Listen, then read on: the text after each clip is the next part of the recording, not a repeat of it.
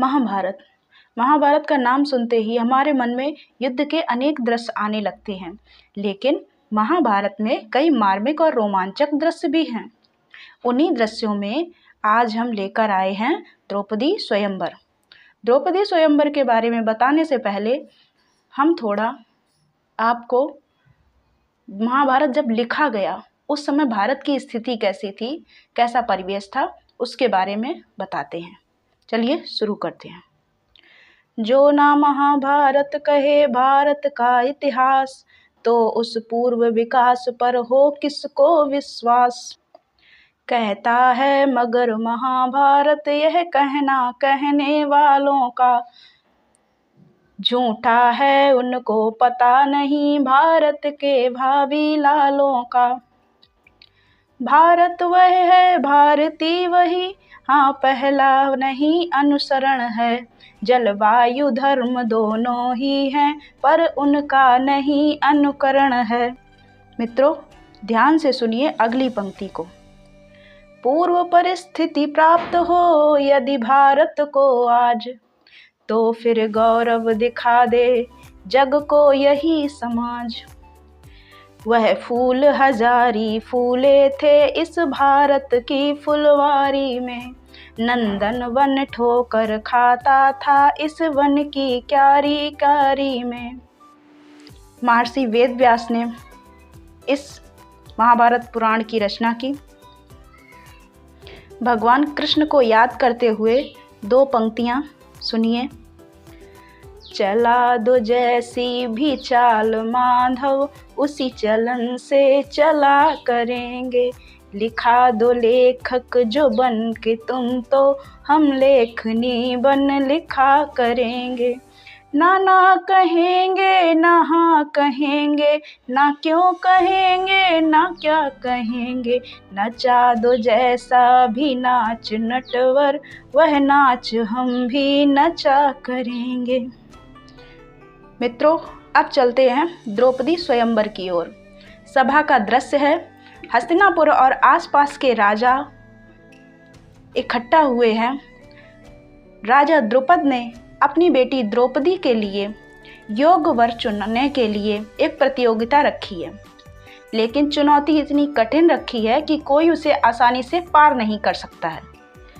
जिसमें जाबाजी का दम हो वह इस बाजी को पाएगा।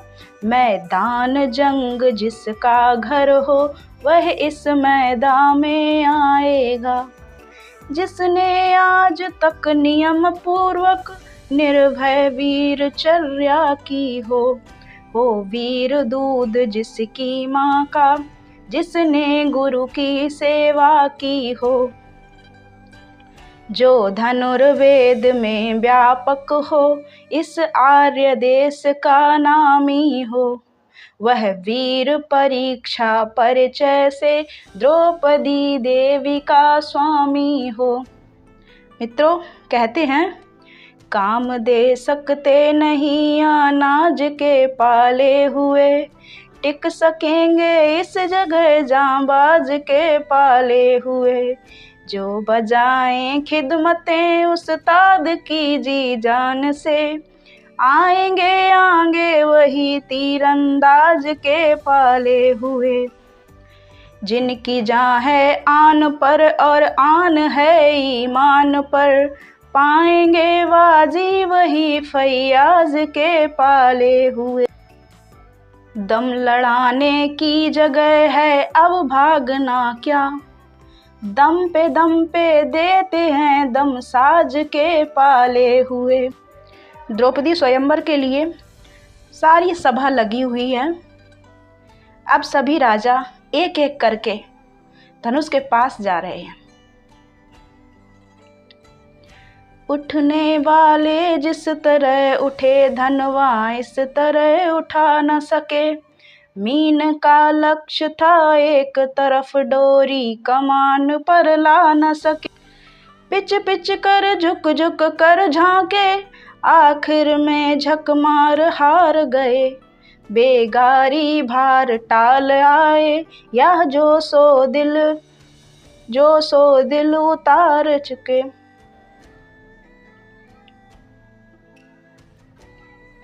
जब भीष्म ने देखा कि सारे राजा हार गए हैं तो वो स्वयं उठे। स्वीकृति पाते ही उठे भीष्म, क्षण भर में धनुष उठाया है। हाथों का बल तो दूर रहा, उंगली पर उसे नचाया है। लेकिन धनवा चढ़ते चढ़ते सामने शिखंडी गुजर गया। आत्मा पर बैठा धक्का सा वह धनुष वहीं पर उतर गया। पूर्व साप को सोच कर बढ़ा विशेष मलाल, भीष्म वीर ने हाथ से दिया धनुष को डाल। भीष्म वीर की हार पड़ चढ़ा दौड़ पर आब, खींच धनुष संधान सर देने लगे जवाब। पर बाण चलाया गया जहां तो चक्कर से टकराया है। मछली पर निशान बैठ चुका और लौट भूमि पर आया है। भीष्म के बाद द्रोण उठे और वो भी हार गए। इसके बाद कर्ण उठा, लेकिन द्रौपदी ने प्रश्न किया कि आप अपनी वंशावली बताइए, तो वो बता नहीं सका।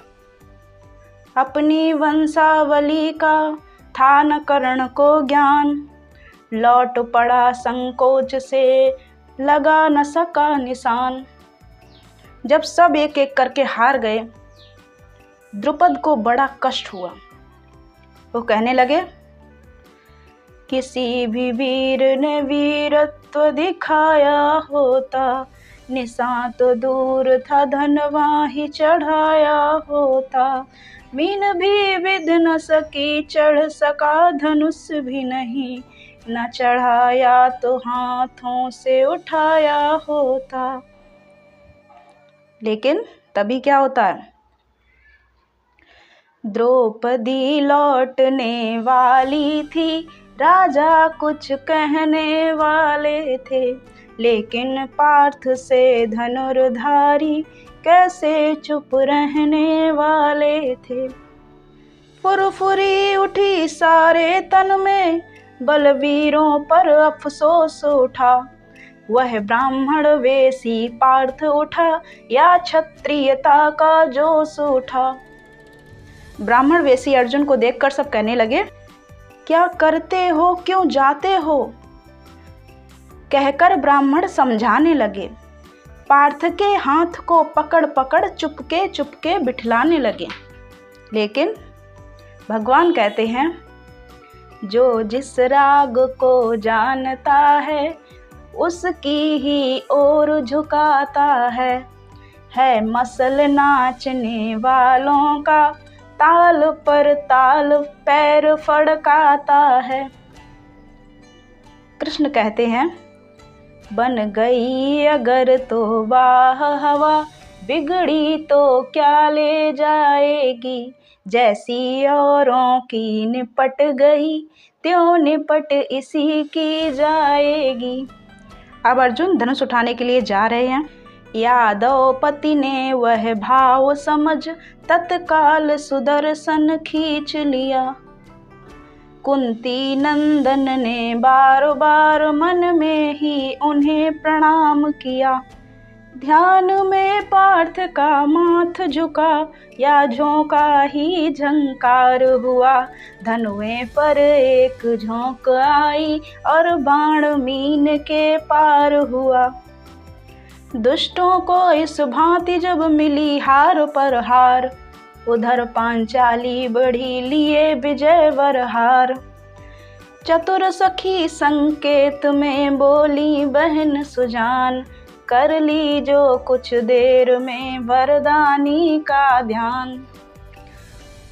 द्रौपदी ने मुस्कुराते हुए पुष्पमाला अर्जुन के गले में डाल दी और वह अर्जुन को अपना वर चुनती हैं। आगे चलकर यही अर्जुन पांडवों की सबसे महान योद्धा बने। प्रिय मित्रों, ये था द्रौपदी स्वयंवर। धन्यवाद।